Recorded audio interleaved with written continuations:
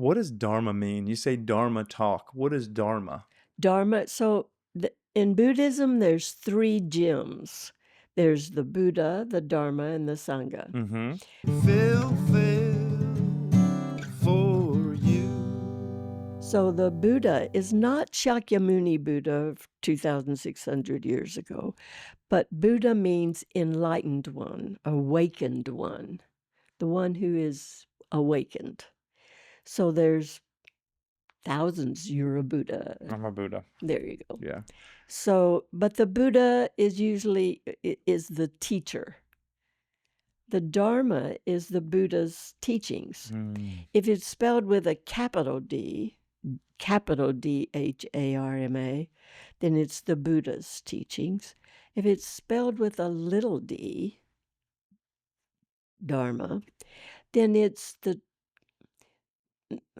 reality. It's reality. It's what is true, like gravity, oxygen exchange with trees and people.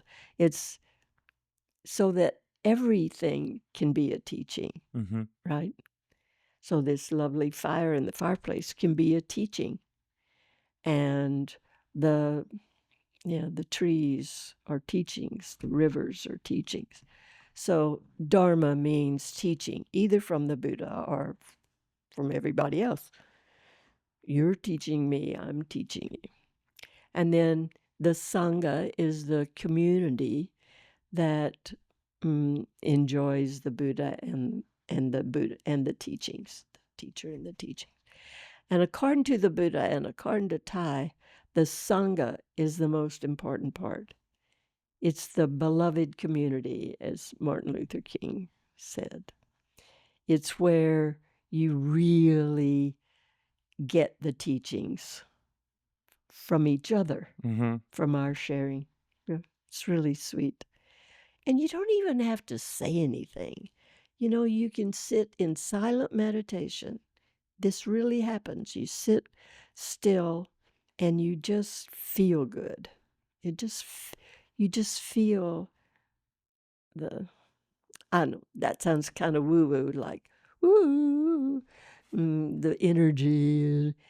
But yeah, it's true. It's true. You hang out with, people like that, and then afterwards we talk or something, but the Sangha is the most important part. The Buddha said that in one of his sermons. Yeah. Yeah, I think you guys have a really good Sangha. I guess I'm a part of it. I just hadn't been showing up in a while. Right. Y'all moved down south. We did, way south, yeah. And it used to be I could walk to it, and now it's a long drive. But still, it's available to you. It's available. And and I will come. Yeah, but there's a church just around the corner here. You could go to that church too. I could go to that church. And there may be some of that same kind of peaceful, loving, happy energy. Mm-hmm. You know, I think a lot of people think of Buddhism as suffering, as studying suffering and being suffering. But the truth is, you get to know suffering so you can be happy. You get to know what causes suffering so that you can be happy. The real point of being a Buddhist is to learn how to be happy. Yeah, when I was